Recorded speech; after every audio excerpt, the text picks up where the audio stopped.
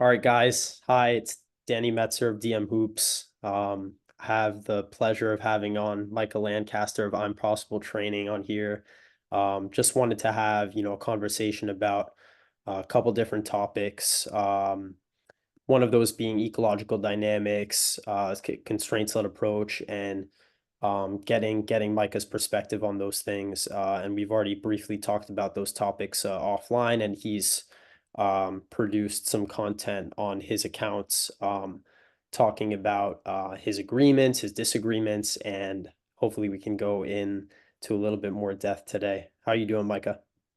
I'm good. I'm good. I think the opportunity here, and I've been trying to reach out to actually plenty of people who have these different viewpoints, but I think you're the first one to actually, you know, be willing to hop on a call and talk about it as much as people have offered. I haven't had anyone really follow through. I think this could have a lot of really cool benefits. And for me, I love talking about this stuff. And I think a lot of times when we actually have dialogue, we find out that, the disagreements or the things that we feel that we might even have that we're at odds with, that we're actually not too far off. Yeah, exactly. Exactly. And one of the things that, we already discussed in the DMs is, you sent me a video of Alex Sarama of transforming basketball. He's somebody that advocates very heavily for using the ecological approach in training and in practice design. And recently I have to say, like, there have been a couple videos where I don't completely agree with everything he says, although I can't deny that he's a very knowledgeable guy. He's done a lot of research in motor learning, in these areas specifically. Um, it's that I think sometimes things can be taken to an extreme, as you kind of already pointed out before. So, I mean, I think it would be best for, to hear from you first about your biggest disagreement, just off the top of your head, about the approach in general, or something that you've heard Alex say in the past, and hopefully we can kind of flesh that out. Yeah, well, without making this 100% about Alex. Yeah. Yeah. I think the main issue that I have in research, right? So, Alex is huge on the research, and I've dove into the research. And for what I've seen people say is evidence, I'm not seeing evidence. What I see is a very biased research history. And what's interesting about it, I think in order to talk about this, we have to like first get out of the way. Like, seeing holes in the research doesn't mean that I don't agree with the training. There's pieces of constraint-led approach, ecological dynamics that I would use too. Or that I at least would support and say, yeah, I like that. Where I have an issue with is when people get so caught up in what they view as scientific fact that they only see the world through that lens. And so, that's really what's happened is, we have this research that people are quoting, this piles of evidence that they're basing it off of. And now everything has to fit into that scientific viewpoint or it's worthless. And any approach that would come out and say that we're the only ones and everything else is awful and everything else is worthless, I'm going to have an issue with. And so I don't have an issue with the training. What I have an issue with is what I see as bordering on arrogant viewpoint, bordering on arrogance viewpoint, that this is fact and everything else is dumb. Everything else is worthless. So that's where my pushback has been, is in the ideology that's being created in that ecological dynamics family, that community, the tribe. Sure. Sure, absolutely. One of the integral ideas in the ecological dynamics approach is to essentially you know throw defense into training. I don't know about all the time, but at least very often, right? um, at least the way the framework is laid out, it encourages the use of defense all the time, as that is the information that offensive players um, are forced to pick up on in real games. And your training is seems to be mostly predicated on removing defense and working on certain techniques in the sport that have have applications to the game, purely off of the, or maybe not purely, but mostly off of the fact that these are biomechanical techniques that we see the most elite players in the world using in real games. And you try to really replicate those techniques with the players that you work with, using certain tools like accountability. You call them accountability methods, using balls, boxes, cones, whatever it is, right? Um, how did you initially sort of like what inspired you to take that approach? Um, and have you ever, sort of questioned like, maybe I should use defense in my training more often than I do? Like, what are your thoughts about that? Um, Maybe questioned it in the very beginning. But what we have to understand, like if you were to search up training, you're gonna see, if I search up nonlinear approaches, you're gonna see the ecological dynamics, constraint-led approach, game-based approach. I would put my system right there too. And so we're non-linear. So I don't try to do things in progressions. It's not about predicting the order, but there's different approaches. And so, the main thing is number one is I help players train alone in a way that really works. So I resent the phrases train on air. um, I think it's you can say, hey, training on air is okay, but you're still insulting training on air by just the connotation of saying it the way they're saying it. So they're phrasing this training on air thing as being training on air, where I would say, look, we train on purpose, we train on accountability, we train on very, very key principles. And it's much, much harder than training on air, trust me. So accountability is difficult. But I think the main thing is, and there's so many different rabbits I could chase, but the main thing is teaching players how they can train alone, which is going to be the easiest, most attainable asset they have is time alone, and do it in a way that's going to transfer to game performance and transfer to game results, which what we'd be calling what we do with skill enhancement training. And I have no problem with games-based approaches, but most players, I would say, don't have access to partners, and they don't have access to high competition, and they don't have access to the resources of having a training staff, a team of interns, a bunch of people guarding them with sticks.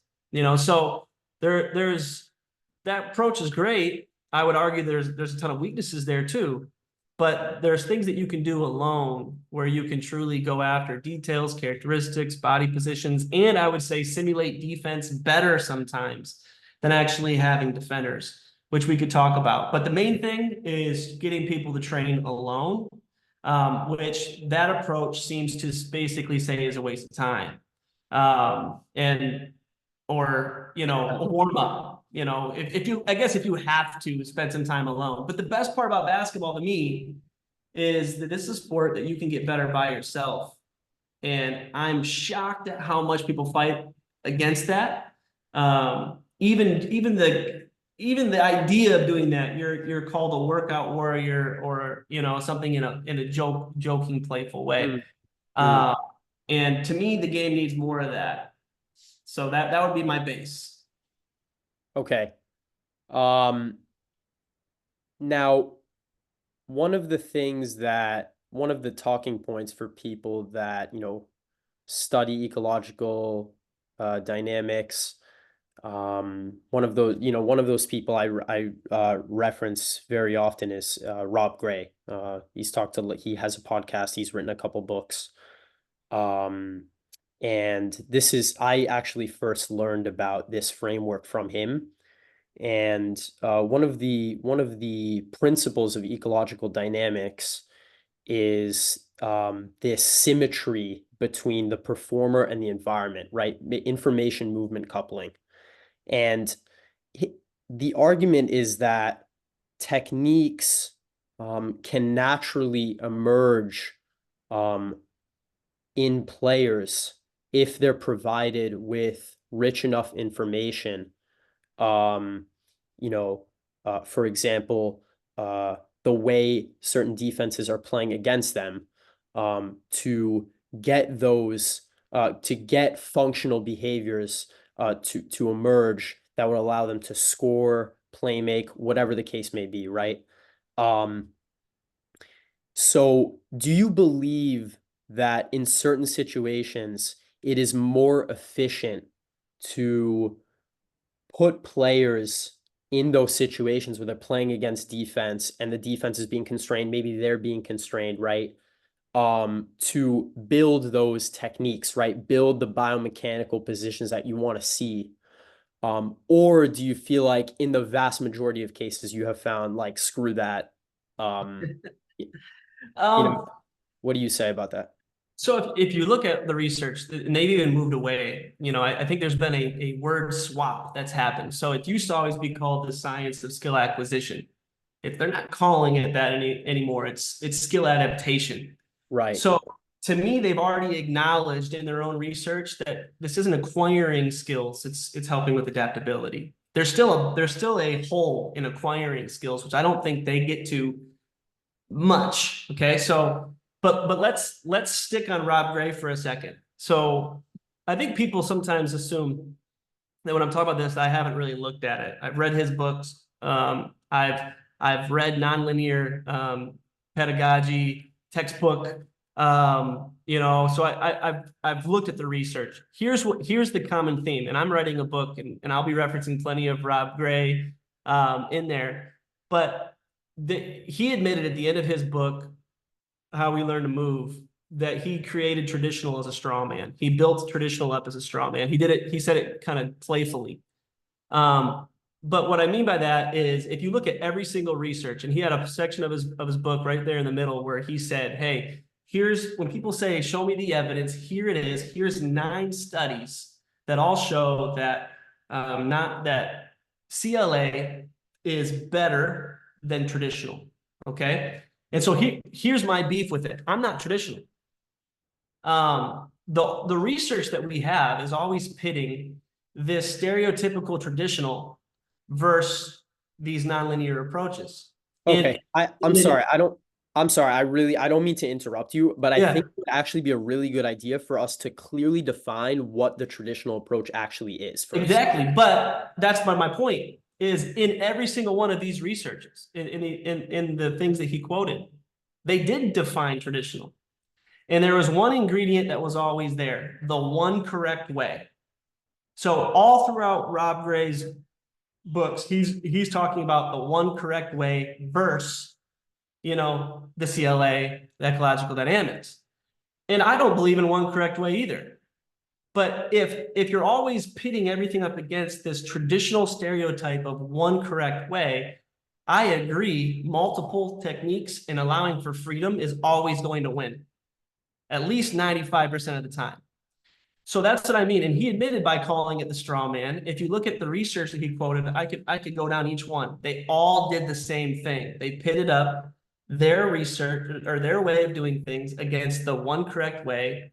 And they basically are beating up an 8-year-old over and over and over again and calling it a win. So, does that mean that their training doesn't work? No, that doesn't mean that. But does it mean that it's this scientifically proven thing? Not if it's always against one competitor, and that's all we really know. So I don't think it's proven much, except that traditionally, if you look at it that way, doing one thing in a correct way, if that's your way, it probably isn't going to work. So, that would be what I would say against that component. If we're going to be saying, hey, we got research, well, you got to tell me it's more than just beating up on traditional, because that's not showing me much. But as far as technique goes, you said it may develop techniques, and I agree that if you put someone in a playing atmosphere, a games-based approach, constraints, it could develop Let me technique. I'm sorry, let me be more clear. I think that it absolutely does develop techniques. That Sure, is it not to does. say that your approach does not, right? But it's just about figuring out on a case by case basis what would be most efficient, right? Really. Well, and it's not even that. So to me, it's a Darwinistic approach. Okay. It's the strongest will survive approach. And if you don't know techniques, because a lot of them are just basically saying, hey, since there's no one correct way, there's no way. If you don't know how to nail down the techniques, if these are the different sets of footworks that are available, how do you know that they have gotten 3 of them, 4 of them, 5 of them? If you don't know techniques, you're just hoping they get some of them. In our system, we at least have a way to give them a chance to get all of them if we need to. And so it's not that they don't give technique. It's that they're leaving a ton to chance of people not getting technique and not really knowing how to fix it because they don't even know how to identify it. So there's unidentified technique going on in the field of constraint-led approach, ecological dynamics, and they're just leaving it all up to chance, which is why I said it's Darwinistic. It's the strongest will survive. So I agree that we want to give people freedom. Like most of the research, they're giving them, hey, do whatever you want versus one way. But what if you know the ways of, we've studied this game left and right deeper than I think anyone has. So I could tell you based off of research of our own data digging, every single way we've discovered people to stop and finish off 2 feet. So I could actually prepare someone for each of those ways, and they're going to have all of it in comparison to saying, I just want you to stop on 2 feet and try to steer you in certain ways, and you might get some of it. So that's where I think technique is missing, and they both can play so well together.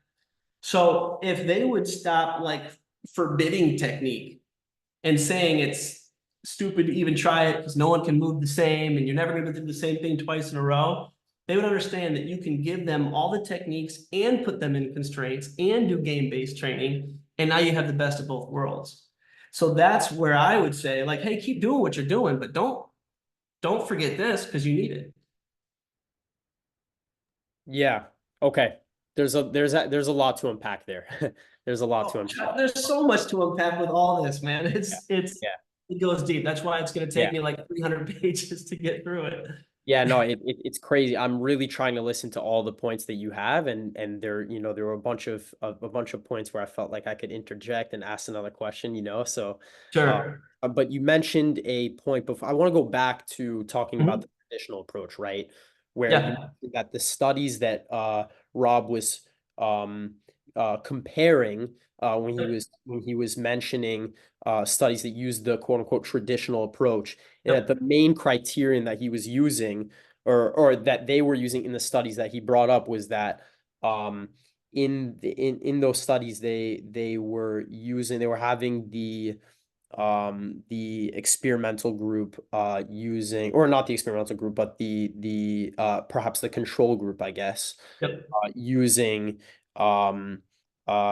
using techniques, using the same technique over and over again.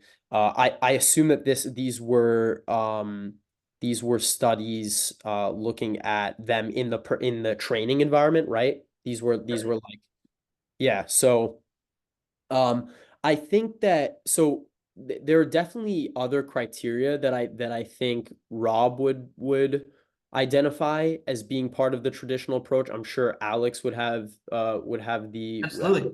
same, and you know, I think one of them is the idea. I'm sure you've addressed this directly before. I can't think of a video off the top of my head, but the difference between blocked practice, serial practice, which is kind of a combination of blocked and random, and full out random.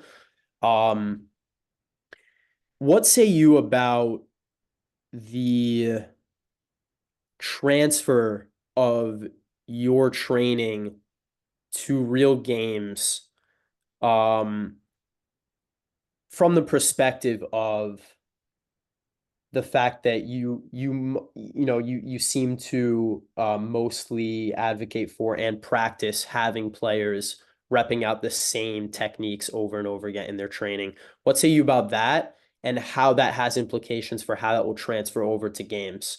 As we know that in real games, and this is one of the strong points, I think, of the ecological approach, is that it's about specificity, right? Transfer is about specificity, and this is a principle that that holds true in strength and conditioning as well, right? Specific adaptation to impose demands. You want to get your body to adapt in a certain way. You apply a stimulus to the body that makes it adapt in the way that you want it to adapt, right? Same thing for skill. Um, and we know that in real games, you don't perform. It's virtually impossible to perform a technique under the exact same conditions or the exact same way at face value or in a vacuum twice in a row or twice in general, right? Yeah, Uh, and why does that matter? That's so that part, and there, I think one of the reasons why I'm going on tangents is because you're asking questions that have like 10 of them in them. yeah, absolutely. I'm gonna get. So, I'm saying all this for context, but I'll sure. give a firm question at the end, right? Okay. Um, And the reason I'll answer your question, the reason it matters is because of the law of specific or the principle of specificity, right?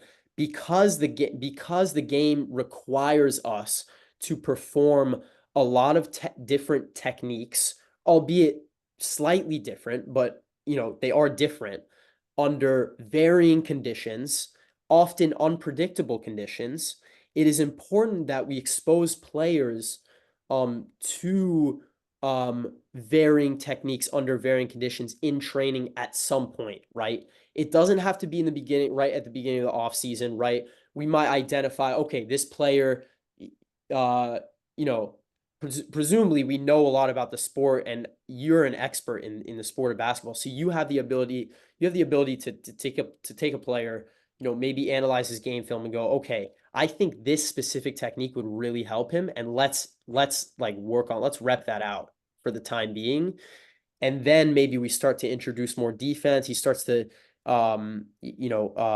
get exposed to different situations that would incentivize using that technique, right?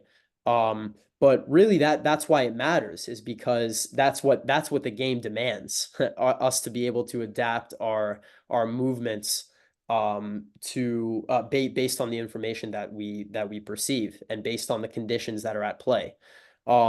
So what say you about that whole blocked versus random discussion, and what do you like? Do you think that maybe like do you tell basically do you tell your players, do you encourage them to get into small sided games after they work with you, or at any point while they're preparing in the off season, and how much do you recommend that they split the two? It's all right. So there's a ton there. Yeah. Um, yeah, I have no problem recommending small-sided games. But I think it comes down to context first of who the person is. I recognize there's a difference between unorganized basketball and organized basketball. But we have a cultural problem in the United States right now, and that is AAU, where they're playing 100 plus games a year already. So if someone's playing 100 plus games a year and they're doing team practices, I'm not going to be recommending them more unorganized games, even though I think that's valuable. Yeah. It's they've already taken up too much of their time with games. So one of the issues that I have in the games-based approach is guys, you're recommending games for people who are already playing nothing but games. So I do think there's holes there. So at first, I need to know what they're doing. Second, I don't necessarily find it all that valuable to use defenses to learn techniques all the time. I think there's a lot of problems with defense. Number one, if most coaches, you bring like if we lined up coaches and we said, hey, how much of your players give effort on defense? Most of them would have a pretty low percentage. Coaches are typically pretty frustrated with low effort on defense out of their players, and that's in real basketball games. When you have players in a training environment and they're not giving good effort on defense, you're already going to have a pretty fake environment to train in. Now, you can push the environment, you can push the energy and all that type of stuff, but I'm saying that's already a weakness in using defense, especially if players are there to work on different parts of their game.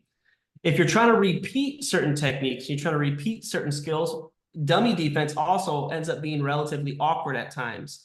The players don't move at a good speed. They don't move at a good pace. They're not in realistic positions. There was a certain set of trainers who are working with Kyrie, and Kyrie got extremely frustrated with them because they wanted him to be doing certain things or playing off certain things. But his frustration was, guys, you're not in position for me to do those things. I wouldn't do that. You're not fast enough. You're not quick enough. You're not getting to the right spots. It was frustrated. And I think that happens to a lot of players where you want me to work on these things. Well, you're not playing. This defense is so pathetically inauthentic that it's not going to give me real reads anyway. So I think accountability can get more out of players' techniques and body positions and things at times in a controllable way, in a repeatable way, than actually having defense would. And I can hone in on certain techniques. There's a list of things I could say of disadvantages of defense, but a lot of them are going to have opportunities to play against defense, period. So I'm not ever concerned that they're not playing games if they're already in the AAU and things like that. Bigger topic, we could go in all kinds of different things there. Specificity is something you talked a lot about there, but how we define the principles of specificity matter too.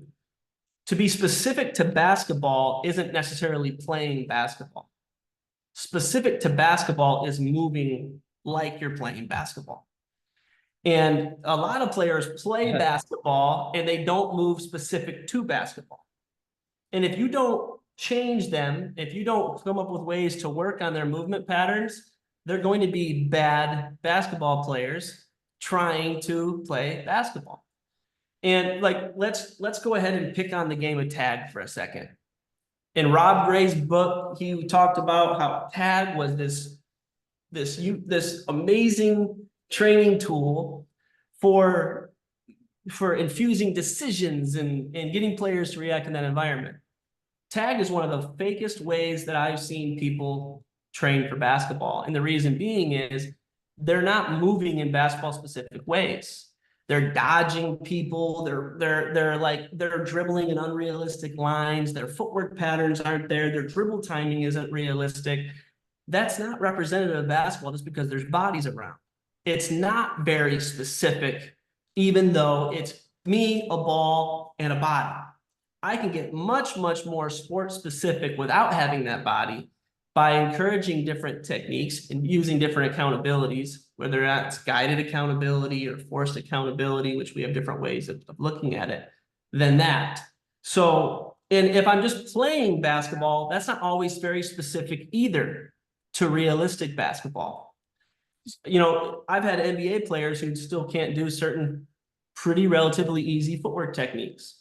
They've played plenty of basketball in their life. They've had those opportunities. They've been having to move around people. They still didn't get an inside step. So getting specific with them and saying, hey, I need you to rep out this inside step gives it to them. So you basically can look at, to me, games as a diagnostic testing ground, the same way that we would use methods. If I put you in a game, you're going to get some things and you're going to miss other things. But it's the knowledge of all those techniques that allows us to go, hey, here's what I'm not seeing out of you, and here's how we can train it. So you're taking it a little bit more control in your hands. Okay. Um, I'll tell you where I would use tag, right? Sure. I actually don't think that I would not argue that it's um all that specific to basketball. It's something that I would use in a warm up, basically, right? To get players um interacting with one another, more engaged, more ready for the training session, basically more prepared to move at an intensity that I want to see from them in the session. And challenge that general agility that can transfer over to the sport. One of the points that you have made in the past is that, you know, just because plyo boxes are not used on a basketball court, that does not mean that they don't have some application to practice for basketball players.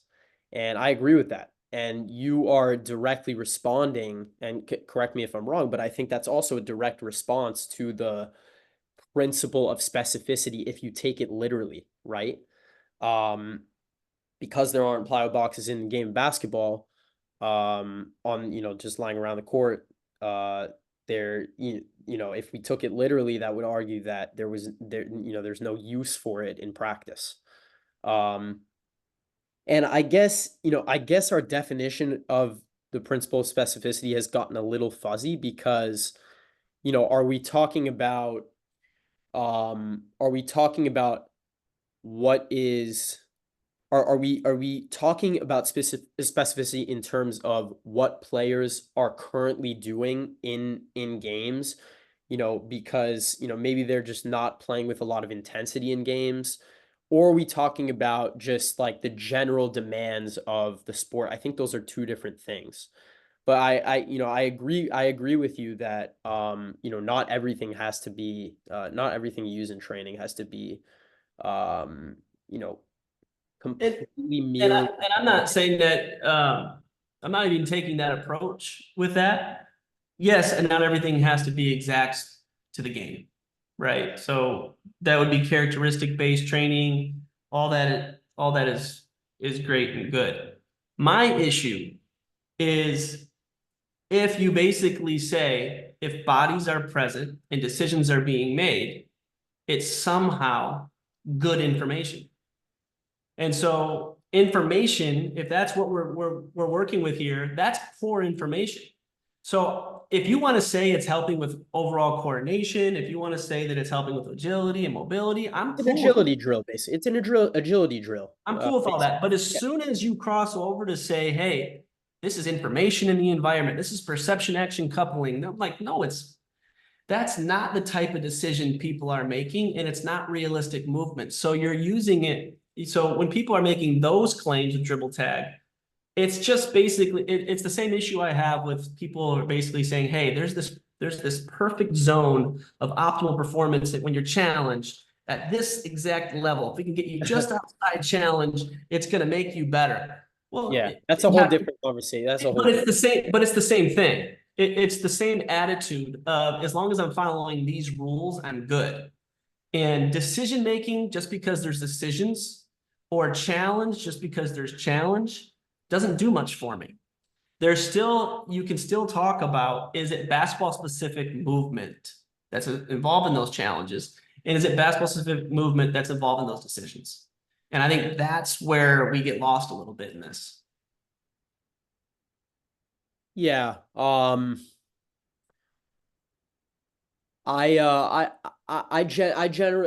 think I agree with some of what you said there. I think that, the biggest point that I do agree with there is, about one important thing that we have to point out with tag, and this is what I think you're getting at, is the goal in tag is not the fact that the goal in tag is different from the goal in basketball, or multiple goals, really there's one overarching goal in basketball, which is to put the ball in the basket. The fact that those goals are different changes everything, because although you're making decisions reacting to people in tag, um the reason for doing that fundamentally is different. So I guess really we just answered why it doesn't quite follow the principle of specificity, because the goals are completely different, right? Yeah, and let me ask you a question. So Yeah, what's your thoughts on the mic and drill? I can draw. I generally think that it's not something that I would use for relatively higher level players. Okay, so is it worthless? Does it have some value? Like where, just give me your opinion on it. Tiny, but really not much value in the real world practically. I'm gonna be honest. I mean, I would use it with younger players to some extent. But beyond that, younger players, guys that are just not good at all at the sport. So would you agree Probably, it kind of improves you up to a point and then it's not going to do much for you? Like at the very basic yes, level? yes, and honestly, all of the players I work with right now, it doesn't do anything at all. So yeah, so here's where I would say I see a lot of CLA minded people bashing the mic control. I don't use the mic control either. I have ways of using it in our own ways, but not mic and traditional micing. But then they would say the same thing. It's only gonna get you better up to a certain point, and then you're gonna have to push past this. To me, that's tag. It's the same thing. Like the reason why tag was in babysitting camps growing up and all the stuff that I went to at 9 and 10 years old, we played tag. Once you win in tag, it's I was a player who coasted through tag. It didn't really do much for me to an extent. So to me, they're the same things. Now, one's information based and freestyle and creative, and one is just traditional, just blocked out. But we still have to talk about it in a certain way of how far is this going to take you. So this side, though, on the tag side, they keep talking about this is like elite level training. You have, hey, don't do stationary ball handling, do tag. Like, I don't I do mean, that, do tag. It's characterizing any type of practice as elite or not, like I just there's just like no reason to do that really. Number there's one. some things that you can keep away from the elite. So I'm gonna go ahead and put my stamp. If you want to say warm up, fine. Like there's a lot of different ways you can warm up. That's If what I you use it for. school players in a gym and you're doing tag, I really hope people aren't paying for that. It's it's not good for the industry. It's not what people like. You can just tell your kids to go play outside. But honestly, but who like I like Alex does not, for example, I'm just using Alex as an example, right? Or um anybody that is well versed in discussing the ecological dynamics approach, or somebody that uses it often in their practice design. I don't think any of those people use tag as like a meat and potatoes kind of thing. Like they'll use it for a few minutes in a warm up and that's it, and they'll move If you on. look at their messaging, they're using tag as a replacement to I'll just use stationary as an example again, as if everything stationary is evil, of replacing that with tag with college level age players in front of coaches and an audience. So it's still it's taking the value of tag way too far, and I think it's because it fits decisions and those types of things. But we could Well, go wait, further. We can go further on. what is coaches in the audience have to do with the Saying validity? that these are ideologies they're pushing. So you can say, hey, this is not just their meat and potatoes. But when you're in front of, if you're speaking at a conference and your main thing is saying tennis ball handling, stationary ball handling, it's all worthless. And then here's tag. This is how you're going to develop ball handling. They That accomplish is the different message. things. Yeah, that's weird. That's weird to me. That's Yeah, the message. So yeah. that's where I pick on Alex and that. And it's like, dude, like give me some more scope here. Because I keep hearing worthless, worthless, worthless, worthless, and then tag. So That's what I mean. So I have no problem with the majority of CLA and constraint. I mean, I people would a lot of times, put me in the same bucket of using constraints, even though I also use training tools which no longer qualify under a lot of their definitions. But I believe in constraint approach. I believe in game-based training. I think it all has its place. I just have issues with the extremes. Yeah, absolutely. And I think actually you mentioned challenge. You kind of segued into that. Yeah. And that is one of the things that I have found myself really agreeing with you on.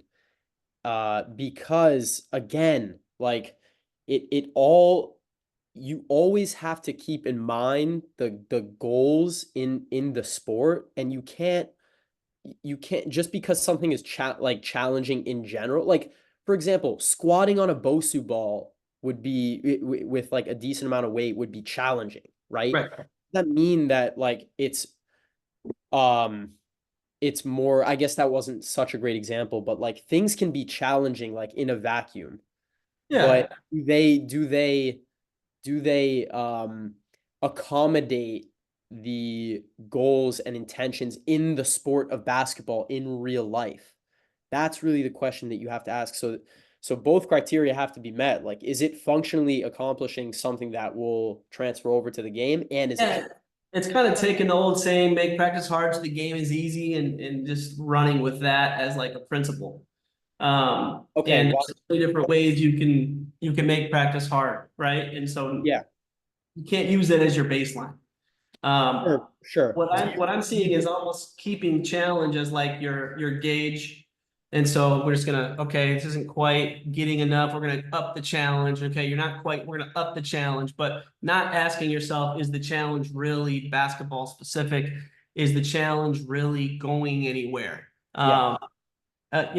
This is where a lot of I'm looking around, seeing a lot of stuff that I would do, but then I'm seeing it done in a challenge environment where basically I'm looking at it and saying, oh, that's just sloppy, I'm possible. That's what I'm seeing a lot is we're just going to make it sloppy for the sake of sloppy. We're going to make it chaotic for the sake of chaotic. We're going to make it challenging for the sake of challenging. And they lose so many good pieces of the game and things that you could be working on with it. And so that's my issue with the challenge movement is, yeah, anyone can take someone beyond, their current level and challenge them, but to what means and to what end? And Okay. so I'm seeing a lot of disconnect there. Okay. Do you believe that though that challenge is still applying basically exposing players to a a quote unquote challenge that is slightly out of their current 100%. abilities? Do you think that that's still an integral part of training? 100%. That's what we preach left and right. So we will go after the weaknesses of players, which means we are challenging them.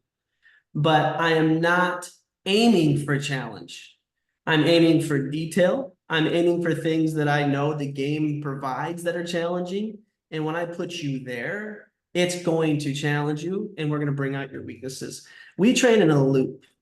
So if I have a player for the first time, I'm not going to start at the bottom and then build my way up in the traditional approach, right? In the progressive approach. I'm going to start somewhere along the middle of the spectrum where I know that there's going to be some challenge for your footwork, your body position. I'm going to look for things that are wrong. And then it helps me steer back down and know what I need to take.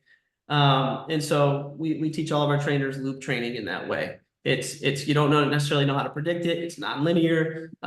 It's a combination of regressions and progressions. And so, yeah, challenge is a part of it, but you challenge with detail and you challenge with accountability and you challenge with game-like things. Doing somersaults before layups is not a game-like challenge. And so, I've seen multiple people do it now. I can't believe that that's what we're getting to as for terms of, hey, this is challenging. Cool. Is it game like, is it game specific? And should I have my players do it is another question. Well, So, I mean, again, I can give my reasoning for why people would use a somersault. I actually haven't seen the specific videos that you're probably thinking of. But If I you've seen I people can. do somersaults, then you're then you're Yeah, close. okay. So I mean I have my reasoning for why that would be used. Um and I again, like, specificity is on a spectrum, and we've already kind of Yep. we've implied that. And I think that certain aspects of that task are specific to the sport. And I think the somersault is being used simply to perturb the player so that they have to um find different techniques to finish the basketball. I mean, I think it's To really that disorient simple. them, to throw them off balance. There's just so many different ways you can do it. And that's my point Sure. is when But they're does that mean that's wrong? when it's just challenge based, it can end up getting in a lot of funky places. Doesn't mean it's wrong, but my goodness, you're having high school players do it. We it just if you want to do stuff like that, there's other ways. And what's happening, and I'm someone who's for all kinds of stuff. I'm not judging people often on innovation and creativity. What I'm looking for is game-based principles and movement. I've literally had a trainer that I was in the same gym with that was spinning on a baseball bat, getting a little bit dizzy before shooting with players. Whoa. And I've seen it. Now, I could say the same thing. It perturbs the player. It throws off their balance, and then they're taking the shots. Somersault's not as bad as that, but it's getting to that same level. When you just say, hey, it throws people off, it's Well, not enough for me. I think that we need to have a little bit more to it than this is going to throw people off their balance. It's going to be challenging, and yeah, there's some disorientation involved. let me just say though, I think the difference between making someone dizzy and throwing off their balance with a somersault, they are different because dizziness is not a condition that somebody is going to outside of like Maybe I got poked in the eye. I mean, that's Maybe I crazy. have That's a brain crazy. thing. But if you're actually observing somebody doing a somersault into a layup, they're using techniques that you could realistically see them using in a game. I mean, do you disagree with that? The somersault Yeah. On the layup itself, once they get to on the the layup, layup itself, the somersault did nothing to bring me what you're referring to in the layup. The somersault wasn't now, needed in it. The yeah, somersault's not part of the equation. You could we have have to someone, watch videos. We have to know what videos we're talking about exactly. but seriously, like there is a line where you say there's other ways to do something. Yep. And there are other ways that you can get someone leaning and falling forward that would be a lot more game realistic than doing a somersault and having to try to get up and run out of it. You could have someone start in a lot of different positions in that. But my point is not to beat on the somersault. It's just that this is to me a product of when challenge is the main goal. There's no harness there's nothing keeping things in line. It's just things can go anywhere you want as long as you say, hey, this is general transfer, and we're just going to get these same game Yeah. characteristics, and everything goes. Yeah. So Yeah. we have to have some kind of way of drawing a line. And a lot of people think that I have no lines. A lot of people think that they associate our training with obstacle courses, which is not even close to being the case if you're ever there. But people will associate me with an obstacle course because I use one training tool at a time. But I would say the same thing to people in our training. They trying to do what we do, but they're doing three training tools at a time. They're doing something over here with a med ball, and then they're jumping over a mat, and then they're doing something completely different. When you're creating obstacle courses, you're also running further away from it. You're losing sight of the accountability that you're even being accountable to. So there always has to be some kind of line that we draw, whatever method we're talking about. And so I have a Yeah. line personally. Okay, I actually this is something that I've communicated to like coaches that I talk to very consistently, like Coleman, Gabe Macias, like other other guy, Tyler Clark, a few other guys.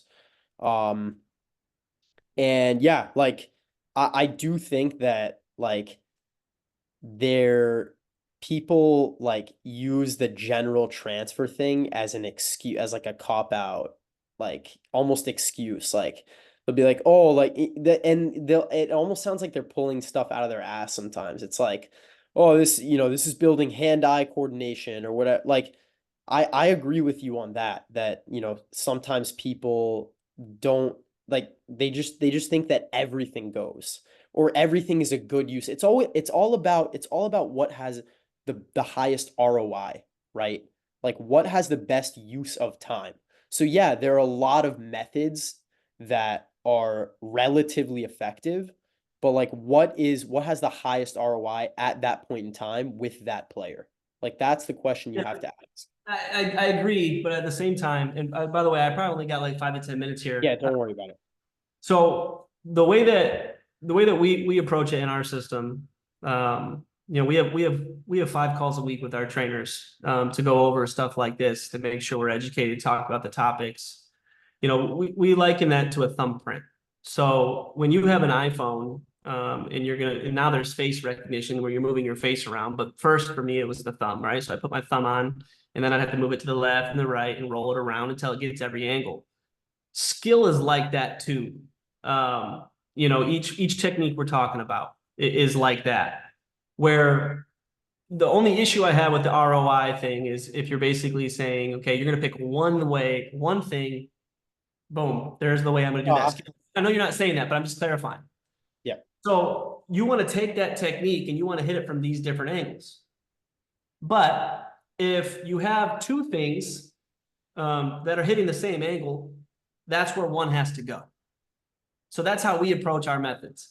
If they have the exact same list of characteristics, the exact same list of qualities that you're going to get out of it, then we pick one.